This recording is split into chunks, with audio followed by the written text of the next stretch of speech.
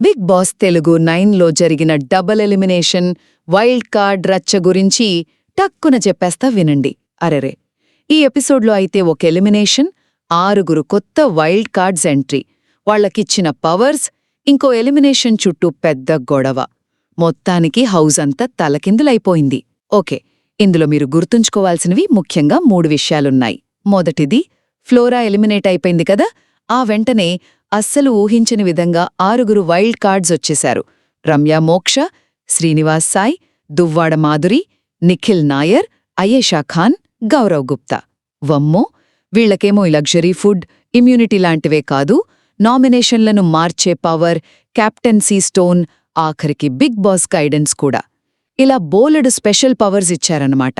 ముఖ్యంగా ఆ నామినేషన్లను మార్చే శక్తి ఉంది చూశారు, అది పాత హౌస్మేట్స్ ప్లాన్స్కి పెద్ద దెబ్బే కొట్టింది. ఇక రెండవది, ఈ కొత్త వాళ్ల రాకతో గేమ్ ఎలా మారుతోందో చూడటానికి వైల్డ్ కార్డ్స్కి, పాత కంటెస్టెంట్స్కి మధ్య stick to win, ring task లాంటి గేమ్స్ పెట్టారు. మరి ఈ పవర్స్ అన్నీ కొత్తవాళ్లు ఇంట్లో ఉన్న గ్రూపులతో కలవడానికి ఎంతవరకు హెల్ప్ చేస్తాయో చూడాలి. చివరిగా, అసలు రచ్చ అంతా శ్రీజ ఎలిమినేషన్తోనే స్టార్ట్ అయింది. డెమాన్ పవన్తో రింగ్ టాస్క్ ఆడుతున్నప్పుడు బజర్ మోగే టైంకి శ్రీజనే ముందుంది. కాని నాగార్జున గారు దాన్ని టై అని చెప్పడం చాలామందికి అన్యాయమనిపించింది.